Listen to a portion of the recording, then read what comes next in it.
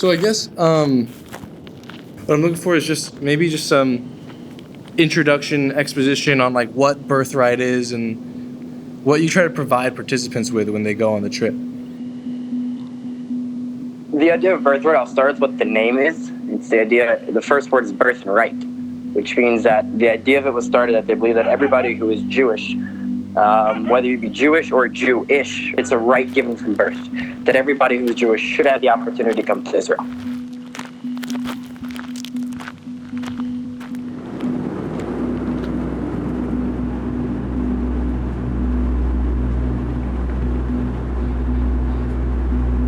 And that's where birthright really started, was taking these people who have maybe been here, but they haven't really been here and experienced Israel, and giving them these 10 days to go to all different parts of the country and to experience. The love that we want to develop for you guys is not right wing or left wing. We want you guys to see the country and then develop it on your own.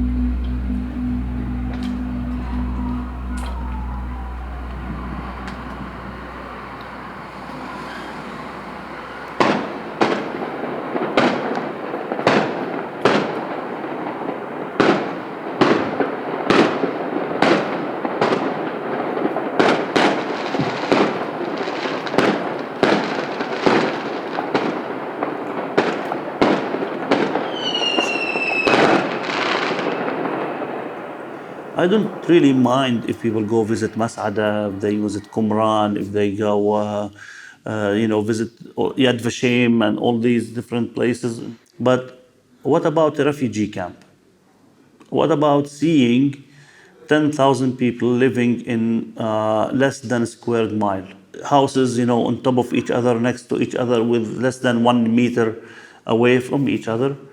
How about, visiting a small village where now its agricultural land is behind the wall and they have to go through the wall every day to work in their land and come back, that people who come through birthright will never see.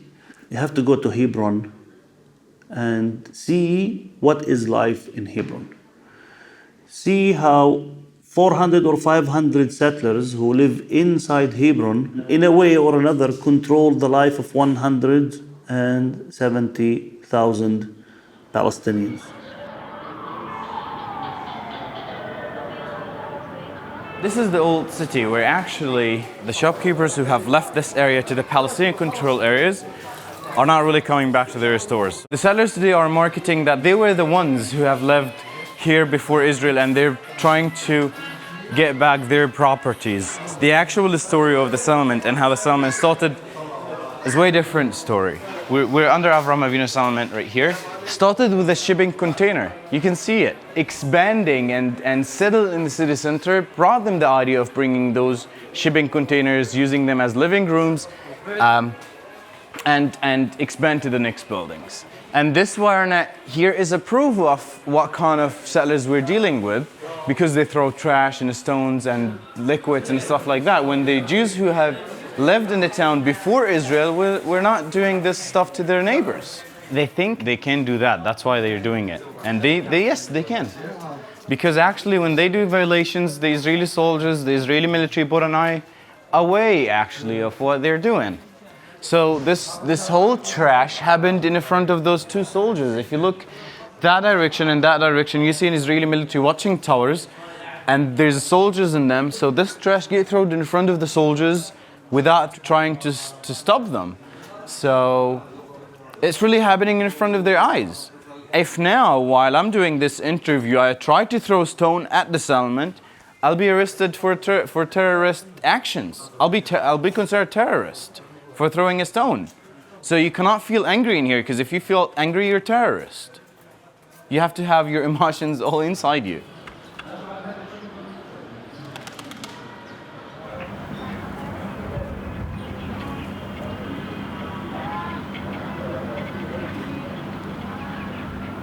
איפה הם, יוסיף?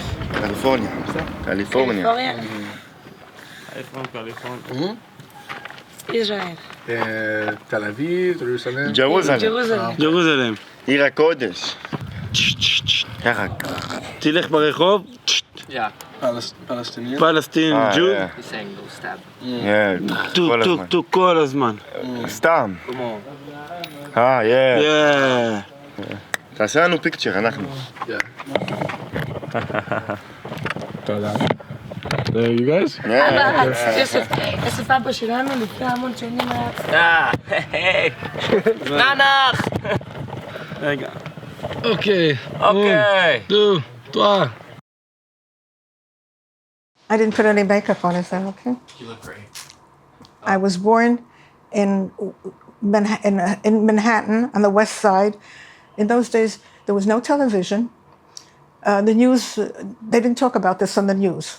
We began to hear first about labor camps, concentration camps, and then extermination camps. Excuse me.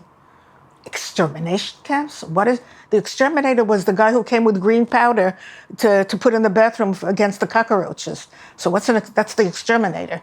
So what is an extermination camp? When I look back at things, I know that by that time, my mother's mother and her brother and his wife and children had already been killed by the Nazis in their town. They took them out to a place on the side, all of the people from the town. They herded them together, and there was a big pit there. Killed them, they went in. That was it.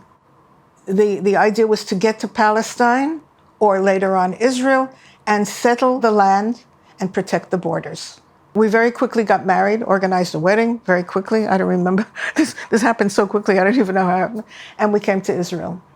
And this was January 1951. I was not quite 19 years old. Not quite. Were you excited? Were you scared? Were you nervous? I was too stupid to be scared. Should you have been scared? Huh? Should you have been scared?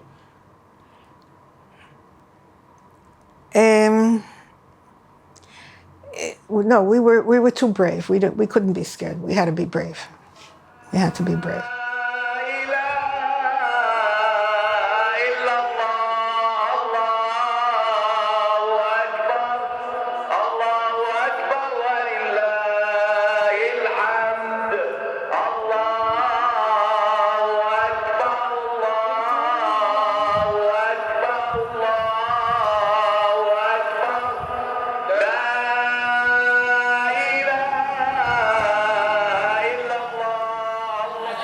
For me, like the old city is made of like kind of middle class, working class people who can't like afford to live outside. The people who are here like are less educated or like less financially able to like fight the occupation. And first of all, like Jews do have like a very strong connection to this place. And Jews are also a minority. And like they only have this one place where they want like exist and like be a majority in it, and where this place can just like express them. A lot of people lived here, like left their mark here. Like several Jews always like try to ignore this and like just see it like not as important. My dad was born in the occupation, I was born in the occupation, so for like a lot of people, this is normal. This is how like life looks like. That's like what this place like does to you. It gets you like, desensitizes you like to oppression.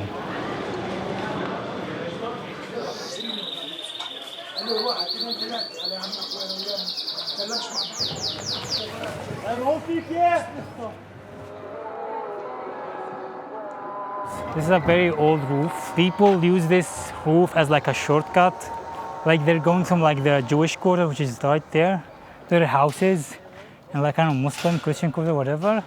And they're like using this roof to circumvent the main streets.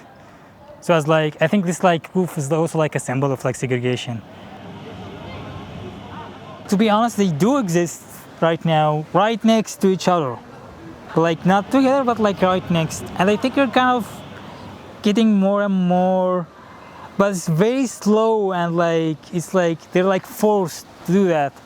And the problem is like because there is all of this like racial tension, it's kind of like surface at some point in some form.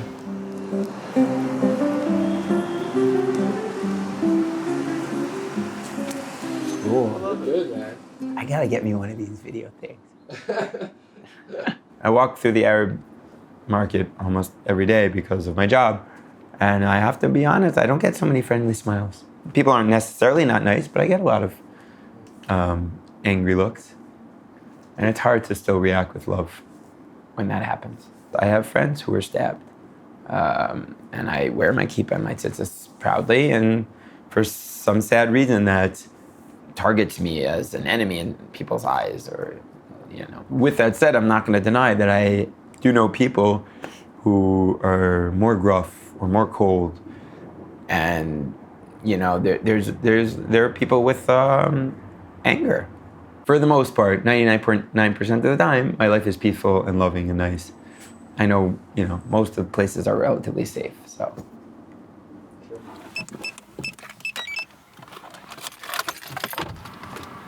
I remember me as a kid, it was on daily basis, the rockets, and there is a Tzeva Adom. Tzeva Adom, it's like the alarm that telling us we have 15 seconds to protect ourselves. Sometimes just to pull off the car, like put your hand on your head and just hope for the best. Just to explain you, this is my house, like where we came from, like there. It's really peaceful, as you can see. This is Gaza there, you can see. Wow. This is what I'm trying to explain you, like the Israeli government trying to defend our country. People from all over the world think that the IDF, it's just an army to kill people from the other side. But this is not the situation. IDF, it's Israel Defense Force, to defend our nation, to defend our country, to defend our people, not to kill other people. When my father was in the army, one day he just called me and said, "Vir, close the house, take your mom to the basement." They found like another tunnel, like 50 meters from the house, and you need to stay in the house right now and protect them. To be an adult, like to be an adult in a really young age, take care of your family because your father need to protect this land, need to protect this country. You know, I wish that I can just go to the university and study and do what a regular kid in my age should do. But in this case, I need to go to the army. I'm doing that with a lot of love and patience because I think this is something necessary and important that we need to do. This is the way that we give back to our country. I don't think army is a bad thing. I think army is a good thing that teach you a lot and give you an understanding about life, about how important security. I'm proud to be, I will be, but I will be proud to be part of this amazing organization.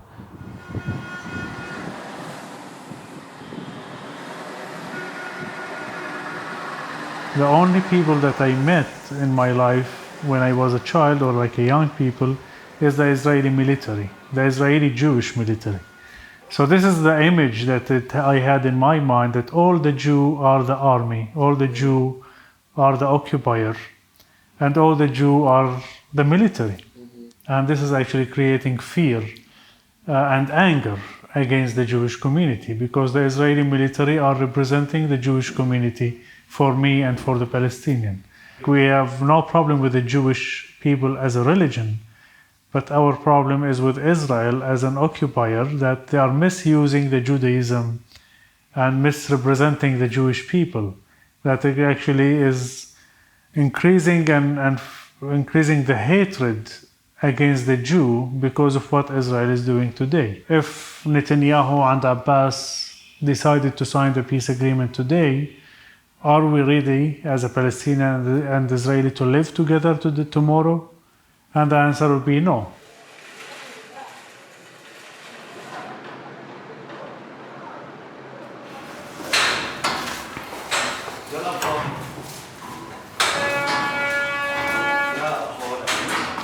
You know, sometimes when I have groups passing the checkpoints and soldiers ask them about religion, so because Jews are not allowed to go to the old city by the military orders, so sometimes when they ask if there is any Jews and I see nobody raise his hands up, I say I was Jewish 1400 years ago. I mean, nothing physically get changed if you're Christian or Jewish or I mean, Christian different. But anyway, if you're Muslim or Christian or Jew, like seriously, except the thing down there. We're in an area now, we've talked about an area where soldiers are not allowing Jews to go to. Now we're in an area where Palestinians are not allowed to go to. You can see they're catching guys randomly, checking them. So since these checkpoints were created, which is early 90s, it did not check one single Israeli Jew since, it was created until today. And it does check almost every Palestinian passing or walking those street, kids, women, men, everybody. So it's a very high security checks that Palestinians are passing when the Israelis don't really feel it. The process of the checkpoint or even experience passing a checkpoint. I mean, the checkpoint we just passed from, it was comparing to what we passed through, it was like really easy today. Soldiers didn't made big tension, but to me, this is very unique. Passing the checkpoint this way is very unique. And you can see an example right in the front of your eyes. And imagine a kid watching his older brother being checked this way. He would definitely ask him a question. Why did they do that to us? Hebron is the example of really seeing the Palestinian-Israeli conflict. You see it in the daily life. You see it in the streets. You see it in buildings. You see it in people's eyes.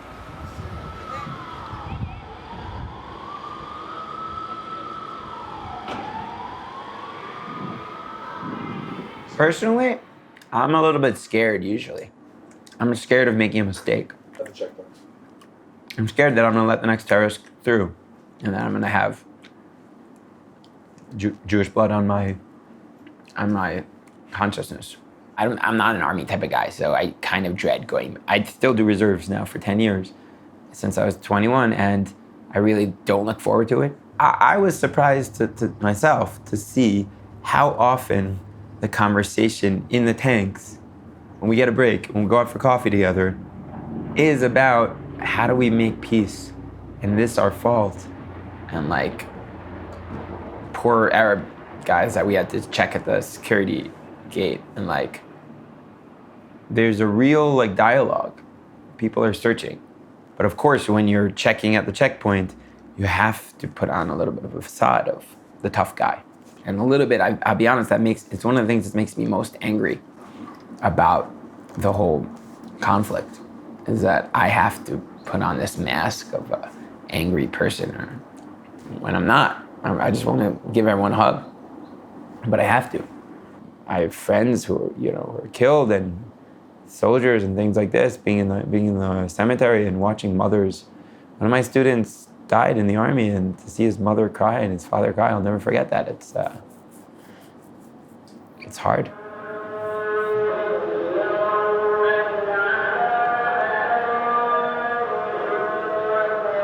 When I was 13, 14, like as a growing up child around Jerusalem, seeing all the tension in the area, the growing of the settlement, and the army is just around the corner. So for me, to serve the Palestinian cause was just by, violence, throwing stones, cocktail Molotov, and me and one friend of mine from my village attacked two Israelis, stabbed two Israelis from Jerusalem, and this ended up with a slightly wounded for the two Israelis.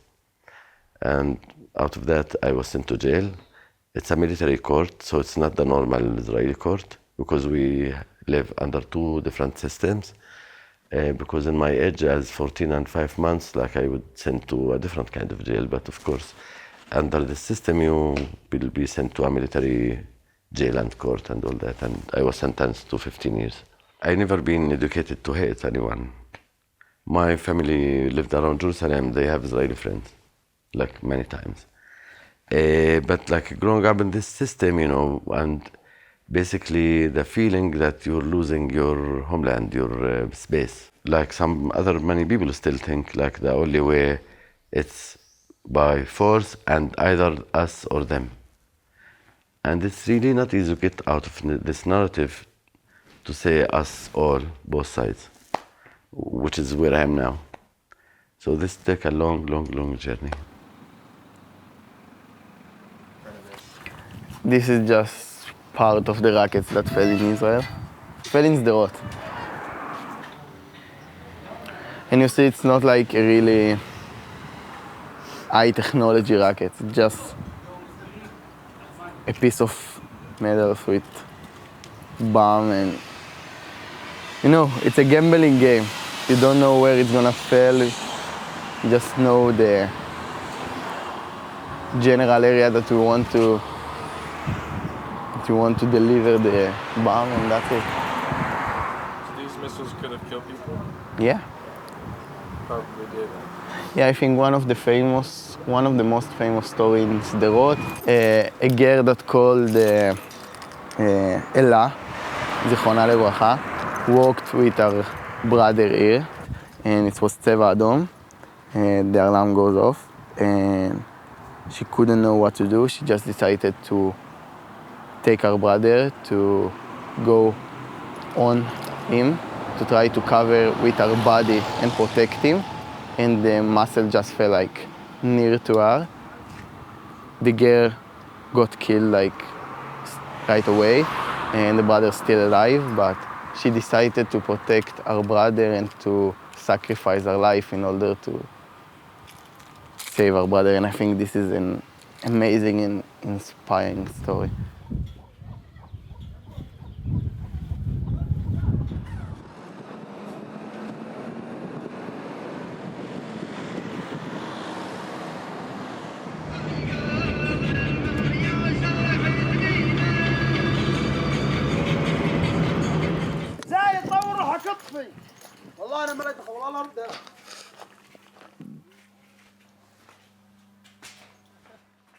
We have a proverb that says, if you have a competition with a Bedouin, it should be that you make a race with him, you should make wrestling with him, not a race. Yeah. Because if you run, the Bedouin will defeat you. If you wrestle, maybe you will wrestle the Bedouin. Because we are a thin people, shepherds, yani. We don't have much weight, but I am like at the opposite, you see, a bit fat. All of the buildings around, they are with demolition orders.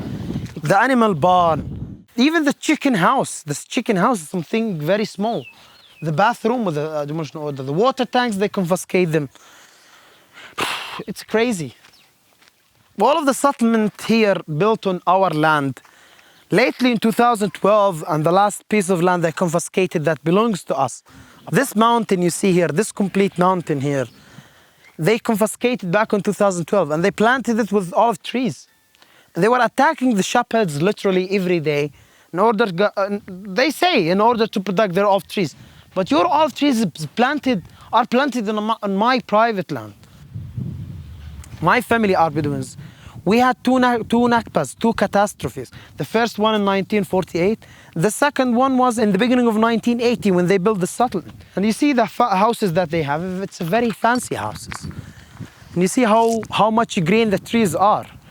Here in Khair, it doesn't need like a lot to explain you to figure out the injustice system that runs this place.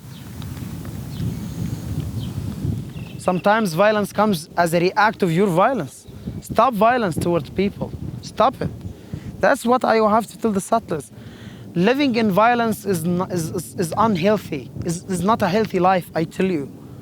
I don't know how those people manage to live between weapons, between rifles.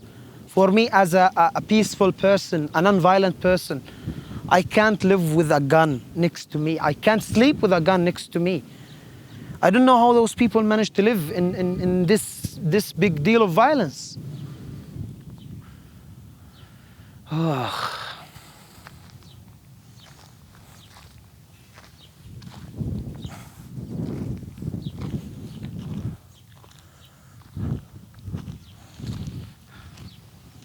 What do you remember about your sister? What I forgot about my sister. I remember everything about her because she wasn't only the third sister in the house, but she was also the second mother for me. In that time I was very crazy, very noisy boy, and she was always telling me how to act good, how to be a good boy. And also she was very, very smart, very clever,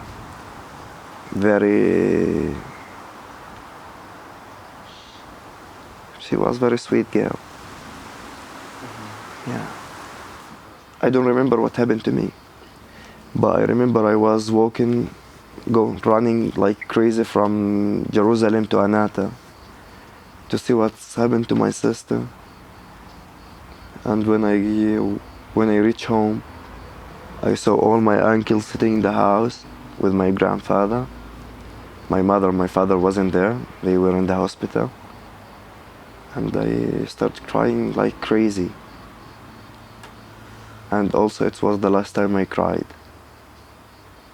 Yeah, that day. In that moment, yeah, I was very mad and also very sad.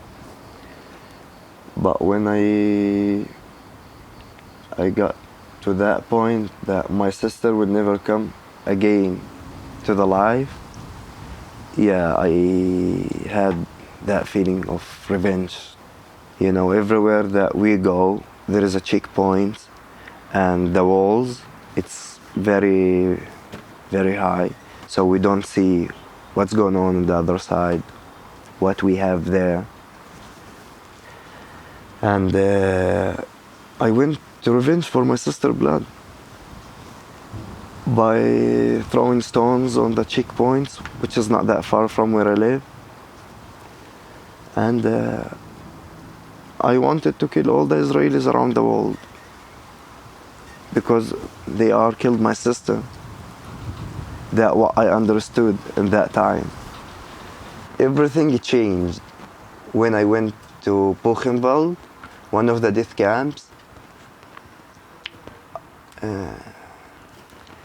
When I got there, the first 2 seconds I find out myself crying so hard for that people.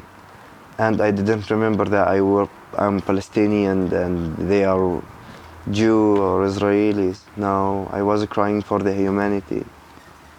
I told myself, I have to wake up. It's not my way to kill people. But yeah, I wanna talk to people.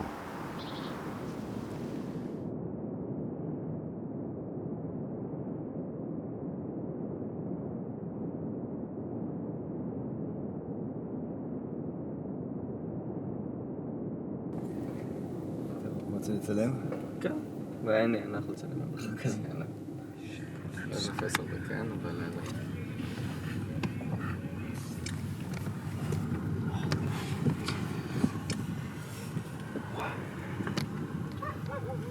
Oh my god. They're on riot gear too.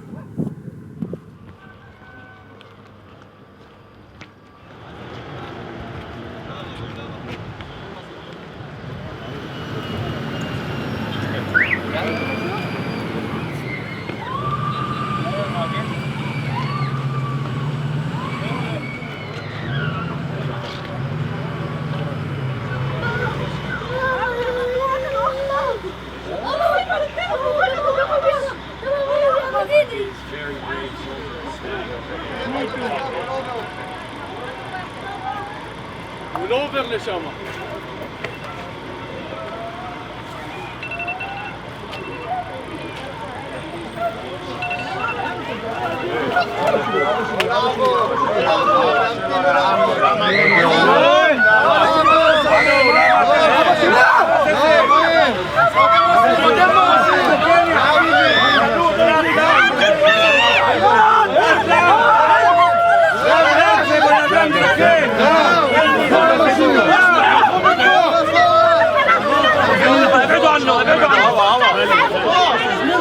ارجعوا لورا اعطوا العالم تتنفس ارجعوا لورا خلوا العالم تتنفس ارجعوا لورا ارجعوا لورا بسم الله ونعم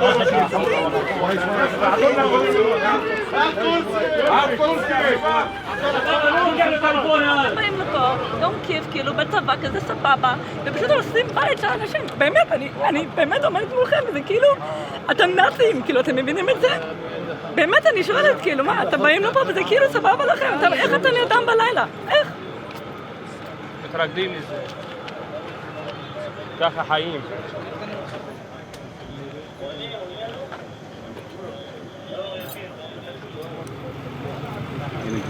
הנה, ענק של הג'וטה הגיע.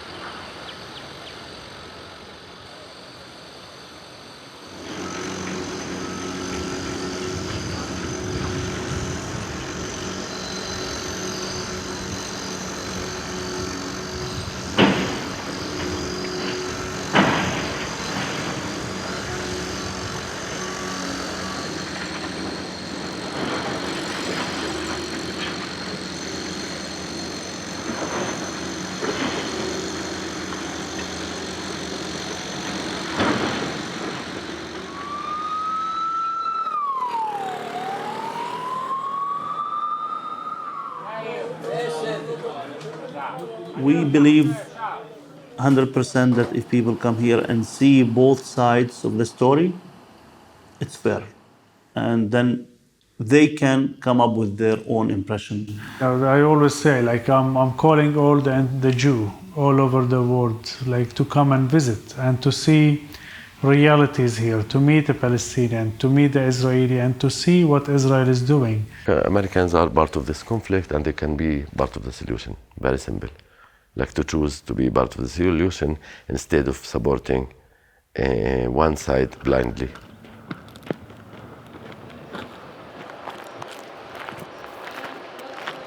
That's why I love Birthright. You know, it provides people the tools to say that's not true, to kind of develop that own, you know, individual aspect and viewpoint. Dude, it's a 10-day trip, most expenses paid, foreign country, drinking age is 18, a couple of free nights here and there, beautiful people from all different backgrounds. Enjoy. This is a broad one, but do you think peace is possible? The normal situation is to have peace. This is the norm, should be, not the other way around. Everyone I meet wants peace and is willing to, you know, that's all we want. We want peace, isn't it? If we want peace, we will live in peace. That's for me, that explains everything. If the Palestinians and the Israelis want to live in peace, they will live in peace. We're looking for peace and justice. It has to be peaceful, but just for everyone. I think we was born to fight. Yeah, and to struggle for peace and for freedom, but non-violence way. The main thing is to care about the other side, feel the pain of the other side, and then just decide that violence is not the option. Violence is never the way to get there. We have all the aces in our hand. We have to give it back, but for peace. And in the end of the day, I believe love wins. That's what I believe. Yeah, it is possible, but it's not soon. Unfortunately. I wish I will see in my life, but I don't know. I can't give you a promise.